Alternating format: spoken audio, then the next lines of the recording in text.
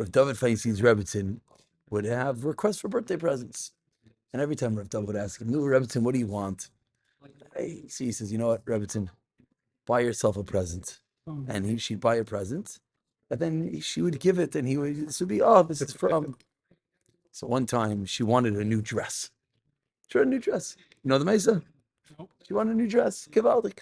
So she buys herself a new dress. And Yontif, she puts a new dress. And one of the Eniklov said, Bobby, Givaldik. She says, this is Zaydi's dress. Excuse me. It was for his own birthday. He didn't want anything. Every time he said, what I want to buy you something.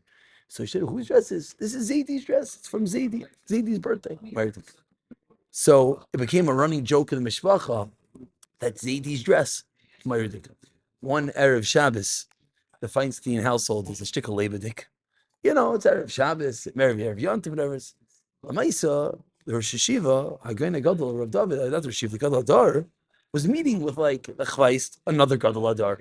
And they're sitting at the dining room table, and you hear from upstairs, Bobby, or Bobby yells, Yankel, where's Zaydi's dress? I can't find it. I'm getting dressed for Yontiv. Where's Zaydi's dress? And Rav David's sitting there, from that moment on, there's no more Zaydi's dress. So, you could buy yourself a gift. It's not a problem. Yeah. Baruch Hashem. Haloikeach lulav mechaveroi b'shvius. We started a difficult sugya last night. Let's get involved in it again. Haloikeach lulav mechaveroi b'shvius. Someone buys lulav from their friend in shvius. Nice and like esrog b'matana.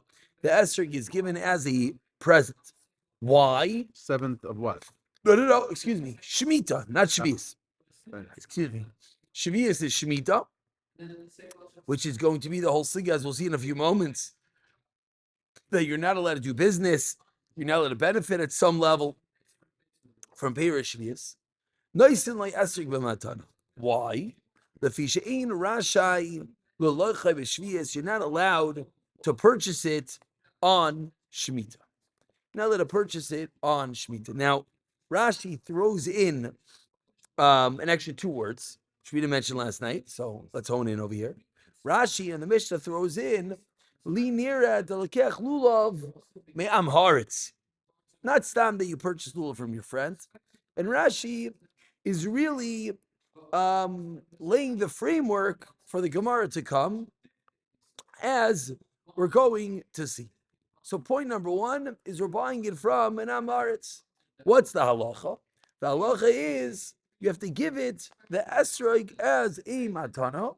You buy the lulav and you give the esrog as a matana and the mishnah. Yes.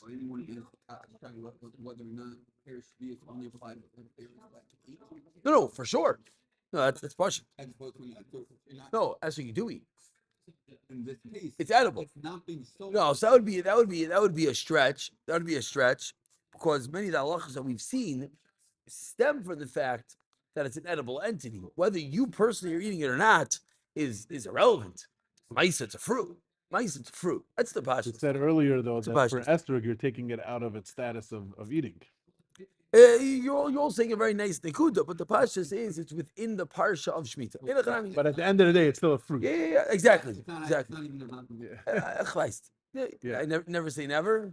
One of the things I've learned over time is never be the guy to say that there's no tzad the other way.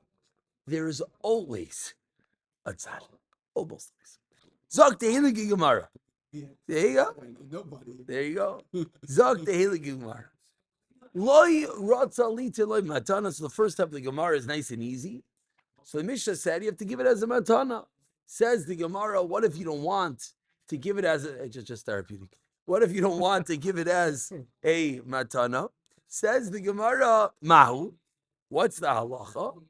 Amar Rav Huna mavliya lei. Literally, you swallow it. Literally, mavliya, you swallow it up. Demei esroig belulav. The value of an esroig in the lulav. Period. Is that saying the Mishnah? What's So no, because the Mishnah said. It's matana to. Oh, so good. So what do we already see? Very good. You're starting to see something over here. I want to just point to Rashi. Very good. When you read the Mishnah, what happens? The Mishnah happens is I go to the moich, and I buy a lulav, $100. And he says, Rabbi Yid, for you is a grace special matan. For you, here's the matan. You get an esrog. Now, what if you walk into the store and you buy the lulav, and the guy doesn't give you the esrog? You're sitting there, wink, wink, honk, honk, that yellow guy over there. I don't know what you're talking about. So then you're allowed to, quote unquote, even buy it. How? But you don't pay for it particularly. Your mavalia, you swallow the value in the lulav, which sounds like, which Ravavi, you're pointing out so eloquently, sounds like you can even say, the lulav's 100, the whole package is 150. That's what it sounds like.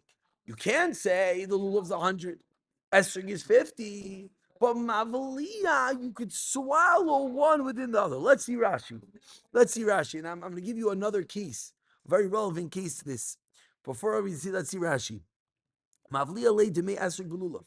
Yimkar lulav biyoiker, as Rabbi you just pointed out. There is a difference in the Mishnah. The lulav was $100, and you got a matan. In the Gemara, you're upping the price for the lulav. Ad sheyitzaloi esrog b'matana. I'll tell you just a quick random halacha. There's halacha you're not allowed to hire schar Shabbos. You're not allowed to pay someone for working on Shabbos. Halacha Shulchan Aruch.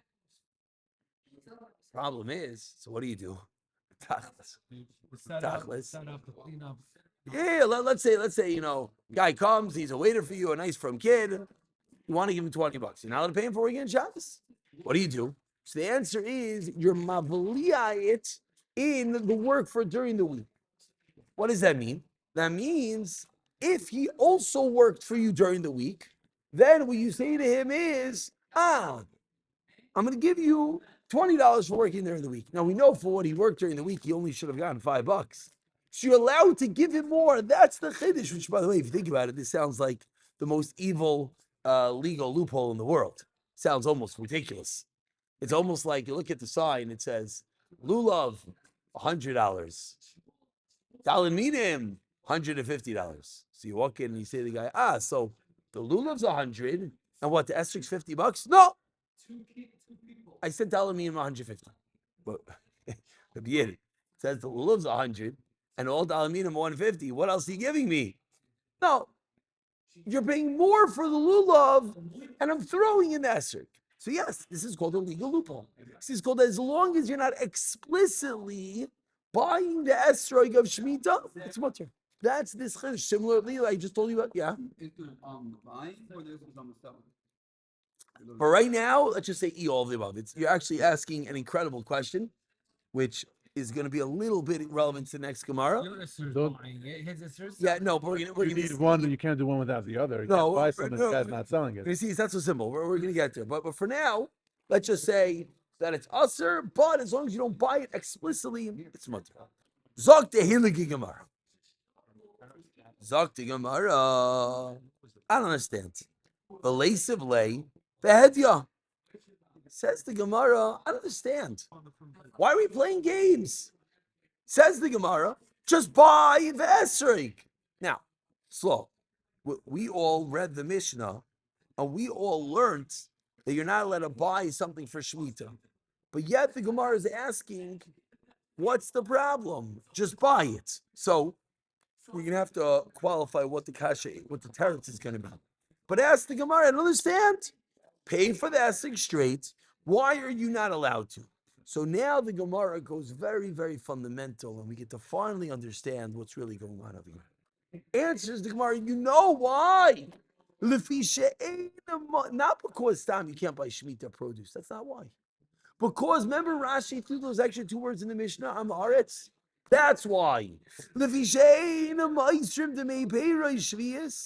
not going to give the value, the cash of the fruit of Shemitah le'am haaretz, to an am haaretz. Titanya, like we learned in a brisa. First, let's get the translation, and we'll explain a little deeper. Ein moisrim demei beirish shvius. You should not give the value, the cash, the money of the payers of Shemitah. Lam haaretz yoiser more mimazoin Gimel sudas, more than the value of 3 sudas. Comma, let's pause for a moment. I'd like to together look at Rashi. We're not going to have time for Chazara tonight. Technically, are you allowed to sell it if it's asking for $10? No, it's Oh, very good. Sound like a minimal amount you would be allowed to. Correct. But we're understanding over here is that Be'etzem, this has nothing to do, and that's what we're about to see in Rashi. It's nothing to do with the Shemitah issue particularly. There's a sidebar problem that I'm giving this Amma Aretz cash, and the cash is going to have Kedusha on it. How does cash have Kedusha on it? Because if I buy a fruit with Kedusha, the cash has Kedusha. Let's look at Rashi. Ein moishrim demei peiros, says Rashi. Why not? Tahatoira amra, says the Torah. La'achla, that peiros shmita are there to eat. Veloy l'schayra, not to do business.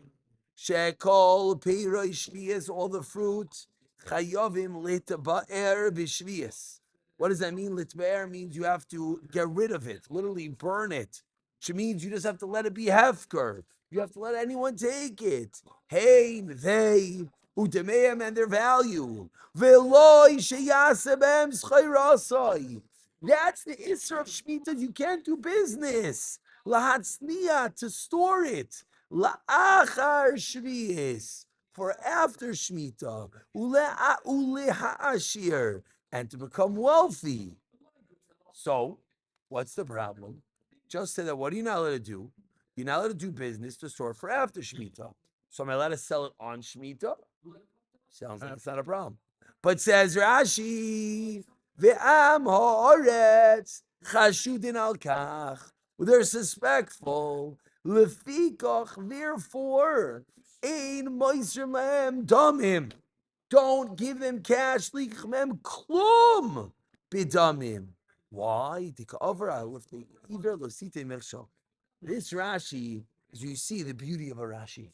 Because if you didn't see this Rashi, if you just read the Gemara, you would think, I don't know exactly the problem, but something of do with Shemitah, and you can't give the cash Amar. It says Rashi, no, there's a sidebar issue. It's an issue of Lefeiver. That's the issue. What's Lefeiver? That the Amaritz is going to take your cash and he might go do business with it. He might store it and misuse it and abuse it. The next Rashi of Yaakov points out what you just said. Yoiser mimazin gimel sudais, says Rashi, avol mazin gimel sudais, kedei chayav, but the value of 3 meals that which he could live on, if to buy Shabbos, which means you're allowed to give him a few dollars. So says the Gemara, you know you can't pay street for the Esroig because we're suspectful that this guy is going to mess up. How does that last line of Rashi? That what? Once we allow it on Erev Shabbos, So The whole week. for Shabbos. So Rashi's really, it's a loaded statement in Rashi. Rashi doesn't really do justice. Rashi's really giving us what the whole takana, the whole creation of Gimel Sudas is what? Why Gimel Sudas? I don't understand. It's Sunday morning. Because you're not going to become rich over it. You're not some business. So that's what I would have thought. Says Rashi not that way. Oh, the books on Shabbos. Correct. Zogt Rashi, and Rashi has Mekayris in Mesach Shvius. There are Mekayris with the singers that talk about Shemitah. But Rashi is teaching us that the din, and I would have thought, like you're saying, that either it's not to get rich, or it's the amount the guy has to live. So give him 3 meals. What, every other single day he has to whatever? Sunday morning, I Yep. give him 30 So bucks. We say, No, He'll so save it. no, it's not Likavit Shabbos. That's what Rashi's saying.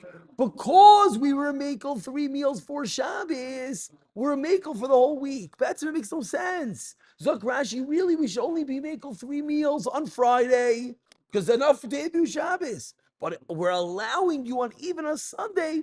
Once we created that the definition of how much you're allowed to give him is 3 meals, so we allow you to also do the category that. of Gimel Sudas is open. Correct. Gimel Sudas Correct. is a- Now, happens to be the way you just said is really the reality, and this goes all the way to Hilchos Tzedakah, Grada. There's all Hilchos of Tzedakah, and all has to do with Gimel Sudais, and it comes mamish from the fact that that's what you need for a Shabbos. So it spills over. Let's just go one down further. Says the Gemara, ve'imasa. Let's say you mess up. You mess up. You gave the Amar, it's too much money. Ya Amar, you should say, Hare Mois Halolu, these monies, Ye Mechulolin al Peiros, they should be deconsecrated. Al Peiros Sheyeshli B'toich Beisi, on fruit that I have in my house. Meaning, if you're going to give this Amar, it's extra cash, make sure there's no sanctity on that cash. Say, I'm giving to Amar, it's okay, but what he has is no Kedusha. How do you do that? You b'das, this is the beauty of Truma, Meiser, all these things, Shavis. With your mind, you transfer it onto Paris you have in your own house, and then turn over for 4 more words. Uba v'oichle b'kedusha Shavis. You go and you eat your own Paris, b'kedusha Shavis, with the sanctity, and pick it up for your chaver. Let's try in Shabbos to go back and do a good chazara of previous blot. Yeah, Mishnah, really. Mishnah. What's the reason even